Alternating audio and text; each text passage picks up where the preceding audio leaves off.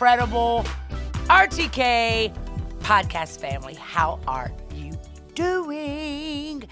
Listen, I'm so excited you're back. Man, last week was on point. Man, you know what's so funny is I do prayer calls like every Monday through Friday at 8 a.m. on all my social pages.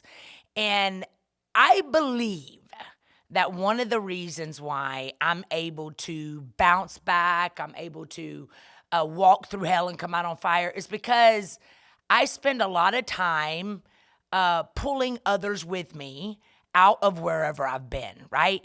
And I did it because I have become very, very, very, very good at forgiving. Yes, you heard me. I used to be one of those people that were so salty. I would hold grudges. I would pray for my ex to get killed with the train because if I knew a train killed him, best healing line in America, couldn't bring him back to life. I was just like one of those bitter Bettys, like Petty Crocker type of women. And I just realized, like, I look so old. Like, I look back at pictures now. I'm 50 years old now. I looked 50 when I was 35. Because I was just holding on to stuff and I would never forgive. And so today we're going to talk about that. We're going to talk about how did I get so good at forgiving? What does that even look like? I'm going to tell y'all some stories in this podcast that are going to make you shake your head.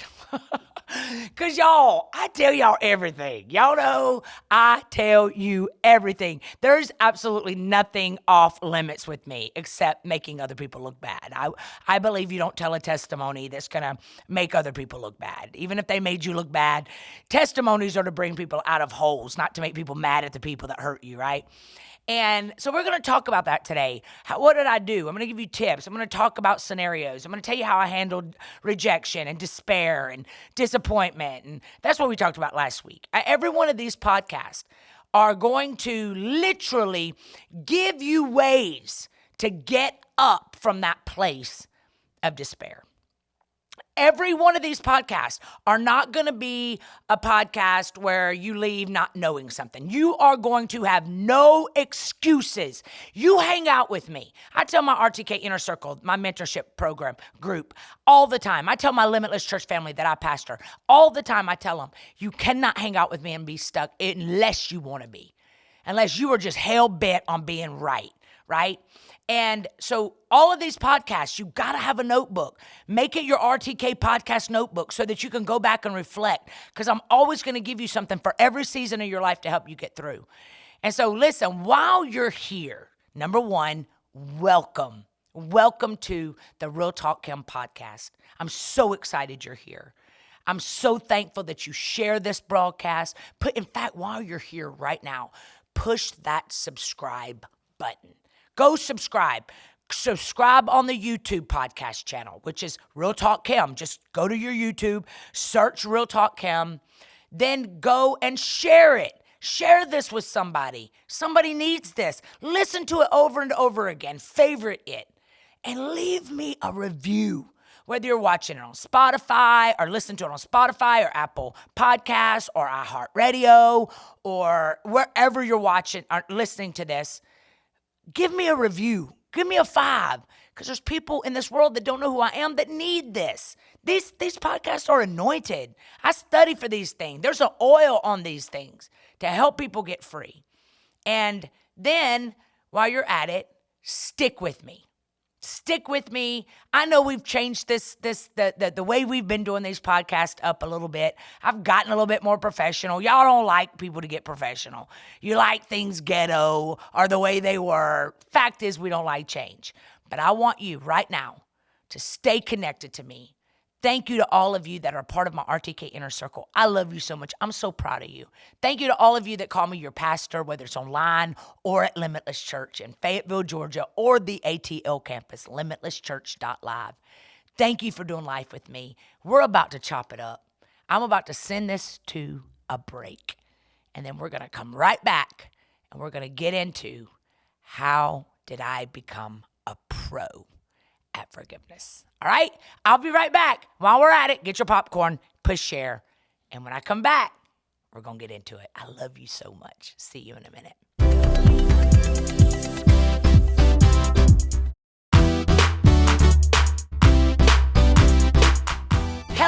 podcast family.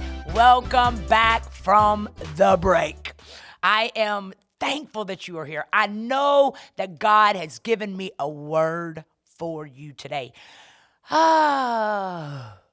Unforgiveness is like drinking poison and hoping the other person dies. And I talk about unforgiveness all the time. I am constantly researching unforgiveness. I'm constantly, studying how do you move forward? How do you move forward? I remember, y'all, when I was walking through just some seasons of my life, man, since I've become pastor, I've been pastoring for the last 3 years.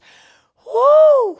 When I tell you, I had to take forgiveness to a whole other planet, because pastors don't get the luxury of being petty. Pastors, I'm church hurt because of you. Well, I'm church hurt because of you.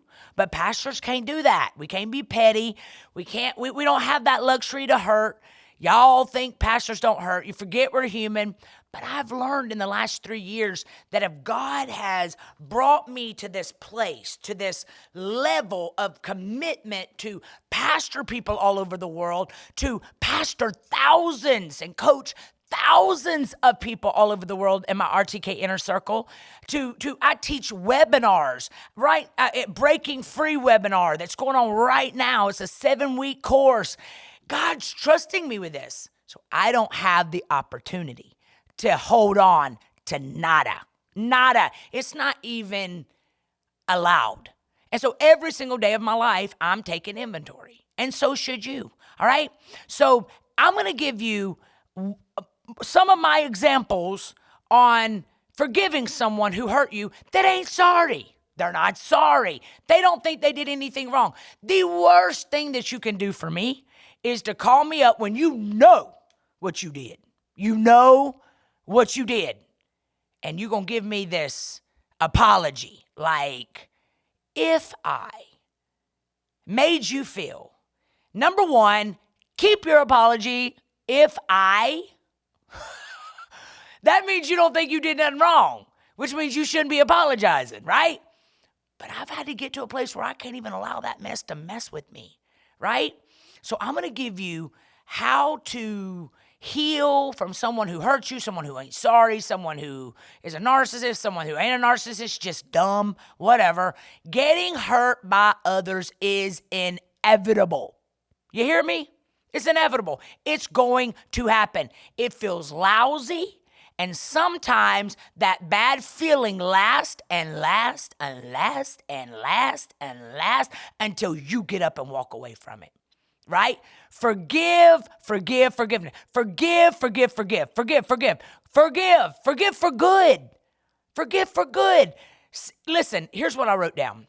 Forgive for good says that in most elementary terms, to forgive is to let go of bad feelings or the desire for revenge after you've been hurt, harmed, or left for dead. You are letting go of your internal bitterness, resentment, self-pity over an experience that's in your past, all right? Listen to this.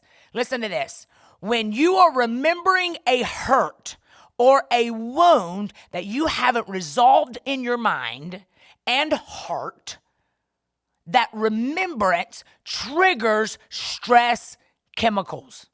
It triggers physical distress. When you remember it often, you are stressing your body on a chronic basis that has a physical cost. Yeah, it's a physical cost. While forgiveness doesn't necessarily mean reconciling with the person who hurt you, all right? It's especially important in the relationships you want to keep. That man cheated on you, that woman cheated on you, and you chose to stay because they repented and you still bringing it up. It won't work. I know it's hard to forgive. I know it's hard to forgive an affair. I know it's hard to forgive somebody that betrayed you. But when you want to keep a relationship because you have felt in your heart that this person is sorry and this person is trying, and you keep regurgitating it, it's going to make you ill inside. I'm telling you something. If you want to forgive, the real need for forgiveness is in marriages, families, business relationships, friendships, between siblings. And here's how you do it. Are y'all ready to chop it up? You got to fight for marriage. You can't just throw in the towel. Now, the Bible tells us that you can end a marriage because of infidelity, but y'all, I know people that have literally walked through infidelity, all right? Someone very close to me.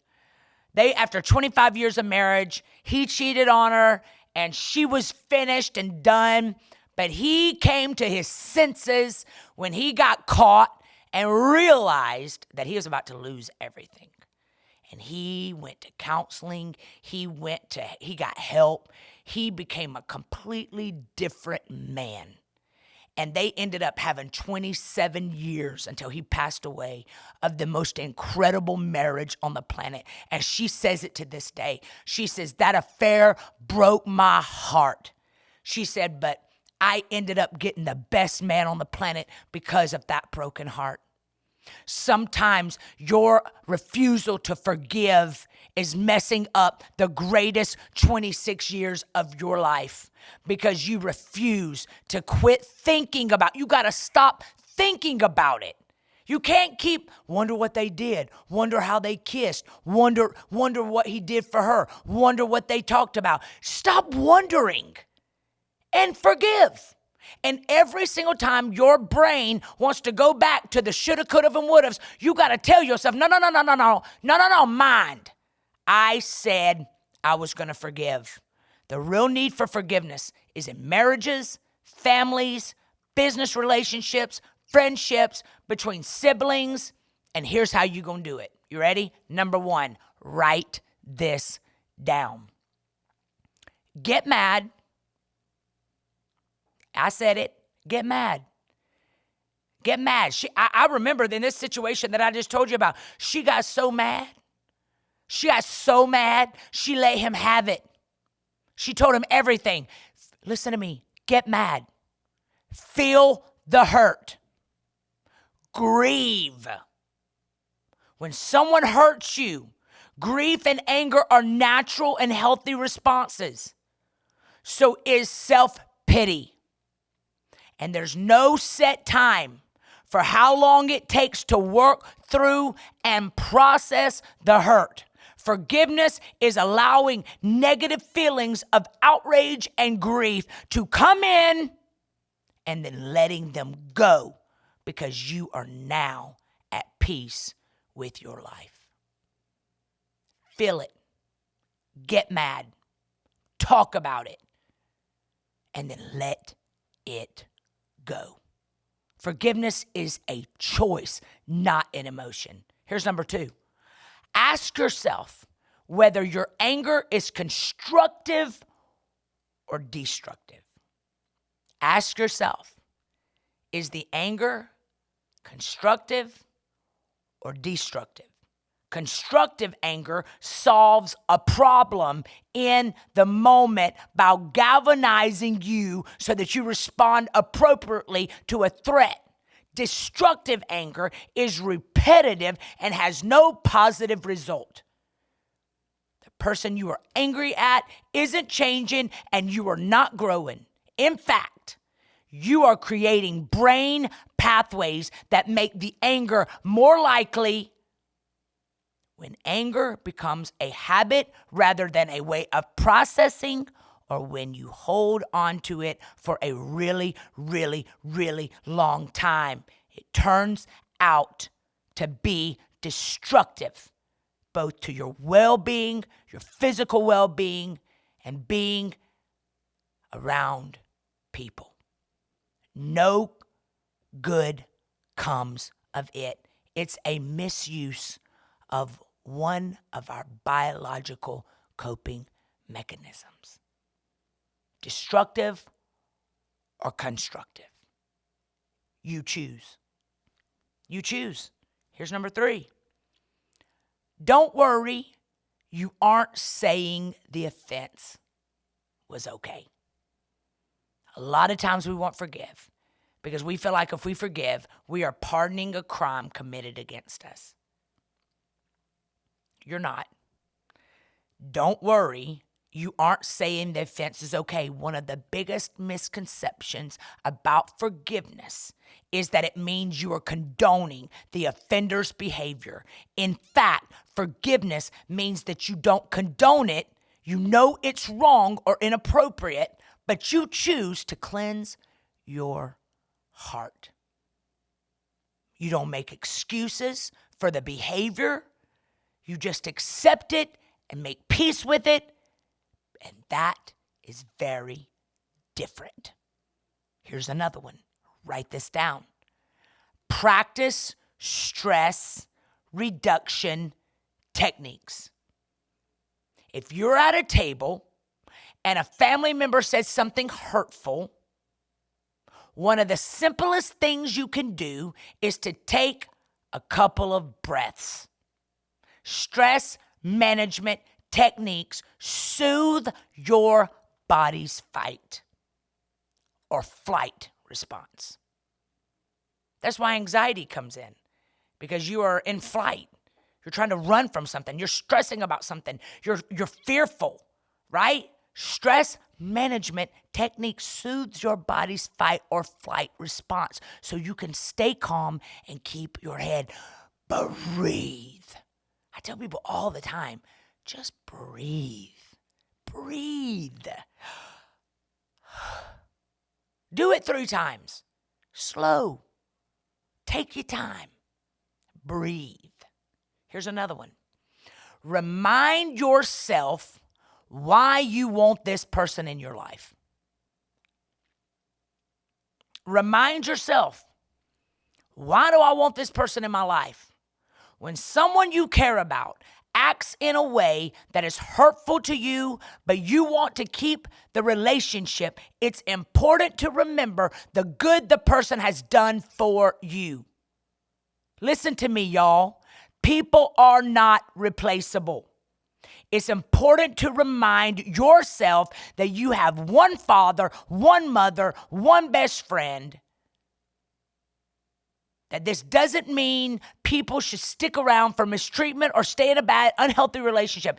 It does mean that successful relationships are hard to cultivate and maintain if you are holding grudges, keeping score, or thinking about ways to make someone pay for something he or she did. You're hurting yourself. How many relationships have ended because of pride? Just about every relationship that you've ever been in requires some forgiveness to maintain itself. Everyone is flawed. Everyone is flawed, and our perceptions are too. So getting hurt is inevitable. We have a mechanism for letting it go and making peace. And in order to have happy, sustainable relationships, we must forgive. I heard someone say one time, marriage is hard. It's hard because you have to forgive 1,000,000 times. And you can't throw it in their faces. In order to keep a relationship and stop and think about how good this person is in your life and what it's going to feel like without them. It's so easy for us to focus on the bad and forget the good. It's almost like you having a housekeeper come in your house and the housekeeper cleans beautifully, but you just go around with your finger looking for spots they missed. So though the totality of the job was great, now you can't stand her and you fire her, and now you're going to have to look for another housekeeper and retrain the housekeeper because you chose to look for the bad. That's relationships. What you focus on will find you. The Bible says it. Life and death are in the power of your words. How many of you, I've heard story after story of the kid that couldn't forgive their dad or their mom because their dad or mom was broken and never were in their lives and chose drugs over them. And they just never forgave them. And they just held, even when the parents got well, maybe it was at 50. And the kid's still mad because you never were there. Why did you wait till 50? I wasn't worth you getting it together. Y'all, hurt people hurt people. And I have heard story after story of a parent dying. And that kid is so hurt and bitter because it never allowed forgiveness. I don't know about you. I've never been in a situation. I had to forgive my parents for some things, okay? Because they were human. But I also had to realize that if God forgave me of so many things that I've done in my life, then I have to forgive. When someone's really trying, you got to look at what they are in your life, and you got to stop focusing on their mistakes, and you got to start focusing on what they bring to your life. Am I saying that you got to overlook their bad? No. In fact, some of y'all staying in relationships that you should have got out of 20 years ago. Their actions have showed you over and over and over and over that they're not going to change. And you're wasting a perfectly great life being loyal to a mistake. So that's not what I'm saying. I'm not saying that you got to forgive something that God is showing you day after day. They ain't going to change. You are not going to change them. The only time you can change a person is when they're babies and it's their diaper. Somebody got to want to change in order to change. So I ain't saying that. But I'm telling you, some of y'all petty. Some of us hold on to things and we never let it go. And you never get the best side of someone because they hit rock bottom and found out who the rock was at the bottom, which is Jesus. So that's what I'm saying. Here's another one that you need to write down. Set boundaries. Set boundaries. When you've been hurt by someone you have a relationship with, some gentle boundary setting may be in order. I'm talking about this every Monday night in my inner circle. Boundaries. And how all of us being raised in church, we're taught boundaries are bad, right? Because what would Jesus do? No, you need to put some healthy boundaries, okay? Now, this doesn't mean calling people out, blaming them, disowning them. That's not what this boundary is. Learn how to simply say what you just did is not okay. The way you ignored me in this relationship is not okay. When you came into this relationship, you treated me like a queen. You treated me like a king. Then when you got comfortable, how you started acting towards me was not okay. But I believe it's in you because I saw you treat me well. So I'm going to put this gentle boundary, which means you got to rebuild my trust. I'm going to see if you really want this relationship. I need to see some work. I need to see some effort. All right. That's what this boundary is. This boundary is a gentle boundary is you keep cheating on me. So now you need to go get an app on your phone. And every single time you start to cheat on me, it alerts me. There are apps out there, y'all, accountability apps. That'll be accountable, and someone really wants to work it, they'll be honest. They won't put their phones down. They won't hide from their phone. They won't do none of that. When someone really wants to work at something, you know because you are grown and you have a discernment in you that God's put there to give you wisdom and understanding. Here's another one to write down. Recognize that you are telling a story that can be changed. You heard me. Recognize that you are telling a story to yourself that can be changed. Our brains are designed to keep us safe from danger. And so a lot of the stories we tell ourselves are not accurate. We simplify to accentuate the threat. We create these distortions in our head to keep us safe. The quickest way to forgive is to change the story.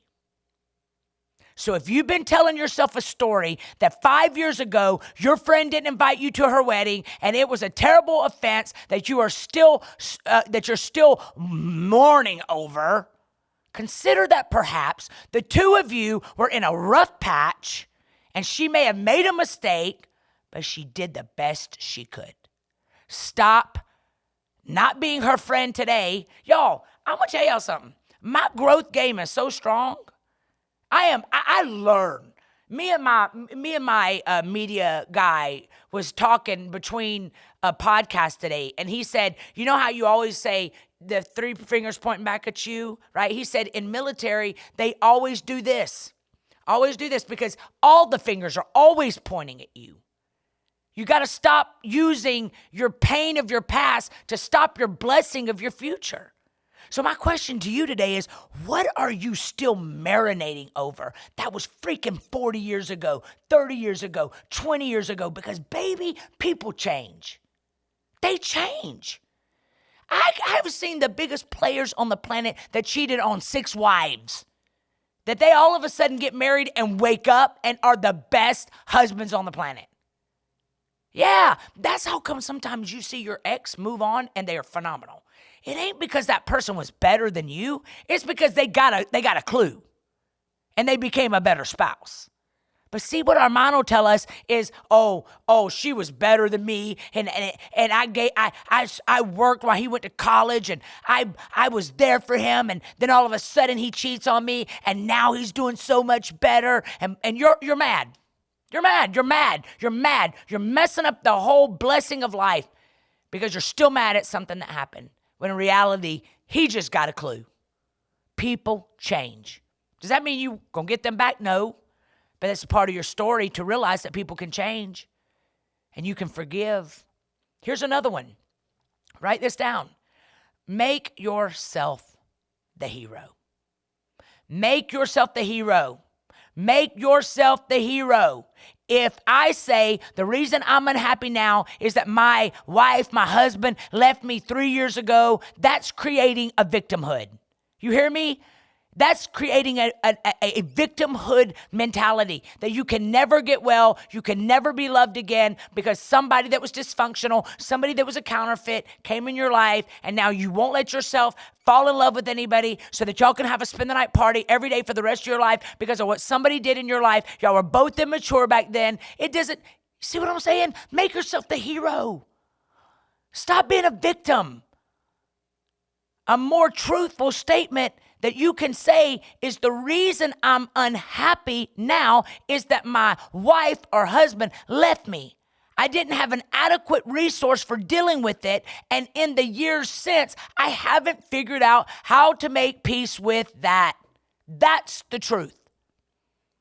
When you tell yourself the only one who is going to rescue me is me, that creates a kind of heroic efficiency that says, I have to solve this problem. Some of y'all need to get up. Some of y'all need to get up. You're waiting for somebody to save you, and there's nobody gonna come save you.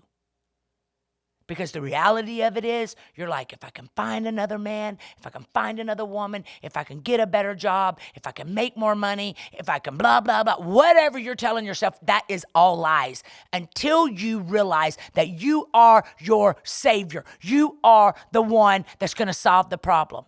I have to figure out how to be okay and be happy in a life that includes the painful end of a marriage, painful end of a friendship. When you can do that, you gain a sense of your own resilience. When one is able to forgive, it leads to a little more efficiency in handling one's life. Instead of being limited or afraid, you get a sense of, I know I can cope with difficulty. I can do hard things. That's probably the biggest personal benefit that you will ever give yourself, is to say, it hurts, it sucks, I didn't want it to end this way, but it is what it is. I'm going to face it, and I'm going to save myself, and I'm going to be happy again. And I'm going to be happy simply because I'm not in a ground being eaten by worms. As long as I got a pulse, God, you got a plan. As long as I ain't dead, you ain't done. So today, I'm getting up. I might have a moment and have to cry, but I'm going to get right back up again. I'm going to stop staying down. Here's another one. Write this down. Have a regular time to notice where your mind is. Before you can begin to draw yourself into the present, you have to be able to recognize when your mind has wandered to the future or the past. That can mean different things to different people. It absolutely depends on your age, your gender can make a difference, not to mention your culture background, your nervous system, you're suffering from PTSD, you're stressing out. Still, some common physical indicators can point to where our minds are. One thing I've been trained to do when I walk through a doorway to reinitiate and be in the present moment, I'm just walking into the room, that is. And then I watch to see, am I holding my shoulders back? Yo, I talked about on our prayer call not too long ago, I talked about how, gosh, like I'm an introvert and an extrovert. Like I'm good when I walk into a room, when I'm a speaker, because I'm kind of sheltered a little bit. But when I'm at a wedding or an event or a birthday, right, I have to pay attention to my heart, my guarding mechanism, I gotta pay attention. I'm always in the moment. Like I'm always intentional about checking myself. How are you feeling right now? What's going on in your head? I'll get quiet. Then I'll realize I'm quiet. What's going on? Somebody will say to me, what's going on right now? What are you feeling right now? I gotta realize that obviously something's going on inside of me that's giving and pushing off an energy, a feeling, and instead of denying it, oh, nothing, I'm like, I don't know, let me check myself. So here's what I'm saying. I am saying to you today to pay attention. Just every 3 hours, take a second, do a check. How am I feeling? I do it all the time because I am not a good faker. So when I'm feeling something, I ain't got a poker face. So it's very imperative that I am paying attention to my insides so that I don't allow something that I don't even realize that I've allowed inside of me. I let what they did to me get inside of me, and now I've got this infection starting on the inside of me, per se, which is unforgiveness infection, and I'm all of a sudden my behavior's changing. I'm wanting to isolate. I'm wanting to hide. You cannot live that way. You have to be your biggest advocate and allow yourself to realize that just because things happen in my past doesn't mean they have to be in my future. Just because someone broke my heart before doesn't mean I can't love today, right? The truth is we all grow, we all change. Heartbreak is inevitable. Having to forgive 1,000,000 times is inevitable. Your marriage is going to be better when you learn to be a better forgiver, right? Your money's going to come to you when you become a better forgiver. Y'all, a critical spirit brings forth poverty. Why? Because what you say is what your life looks like. So if you're constantly walking around bleeding on people that didn't cut you, you're like a repellent of the blessings in your life. And so I hope this podcast is blessing you, man. When I tell you every single thing that I have given you today works. I've watched it manifest in so many people's lives around me that had to forgive hard things. Yeah. Had a friend yesterday just tell me I had to forgive my ex for dying of a widowmaker. I literally get mad at him that he died on me. Y'all, the mind is a crazy thing. And so you got to be paying attention. So listen, I'm going to shift this off to a break. I'm going to send it to a break, and I'm going to come right back and finish with the finale of this incredible podcast because I believe that you are getting set free right now. Because really nothing changes until you change and until you get sick and tired of being sick and tired. I'll be right back. I love you.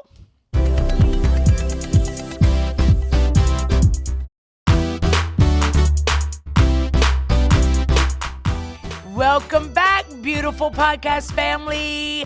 Y'all, we've been talking about today, I have been talking about forgiving someone who hurt you, but you want to stay with them.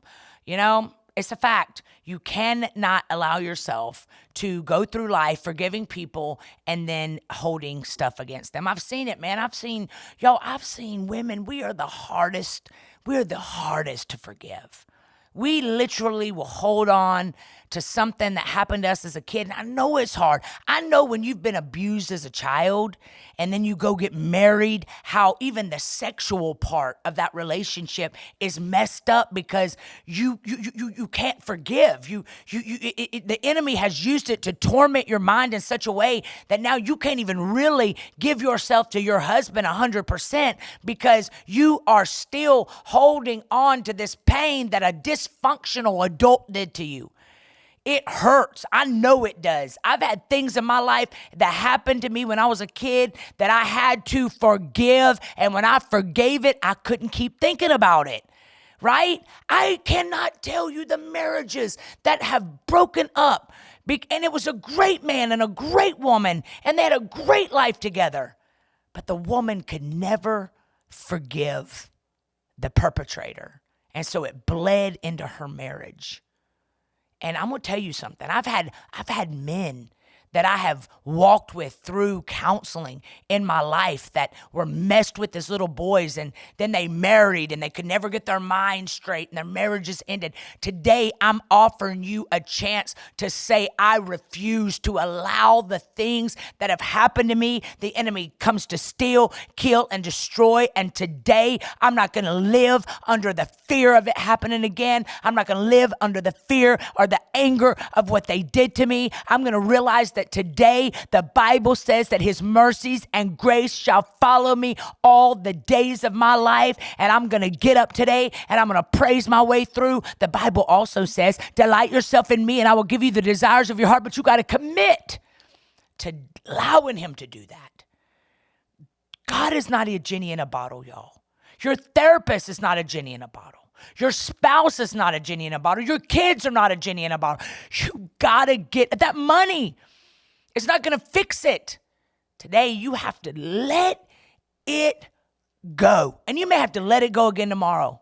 You may have to let it go again the next day. You may have to forgive 1,000,000 times. You may have to have a conversation with yourself because you're being intentional and saying, I feel myself digressing. I feel myself going into a dark hole. I feel myself going depressed. I feel myself being heavy. You are the one that shifts that. Well, it's easier said than done, Kim. No, you have been given the grace to get through what you've been faced with. God has given you the grace. Stop allowing yourself to stop you. Can't nobody stop you but you. Your ex can't stop you. Your boss can't stop you. That lie can't stop you. The truth about you can't stop you. When you get up and you face it and you learn to dance in the storm and you realize that every storm runs out of rain, you're going to get up and take your life back. And when I tell you, there ain't nothing like living a peaceful life. Y'all, I pray that this podcast blessed you. I pray that you listen to it over and over again until you realize that it ain't over until God says it's over. And I cancel every plot, every plan, and every scheme the enemy has devised against you or your family members. The fear that you're facing is a liar. Today, you are free. Tomorrow, you are free. And you've got boldness and courage to face whatever it is that you're staring at right now. Let go of the pride. Let go of the anger. Let go of the embarrassment. Who cares? It's part of your story. Remember, your tea to somebody else is a testimony that's going to change the world. I love you guys so much. Thank you for supporting me each week. Thank you for sharing this podcast each week. Thank you for doing life with me. Thank you for being in my RTK inner circle. Thank you for trusting me. Thank you for buying from my store, RTK Style. Thank you. Y'all are the best. You love me, and I love you right back. Thank you for subscribing to this channel. Thank you for sharing with your friends. And thank you for everything. I love you. I'm praying for you. I'm covering you. And I will see you next week right here on the Real Talk Kim podcast. I believe in you.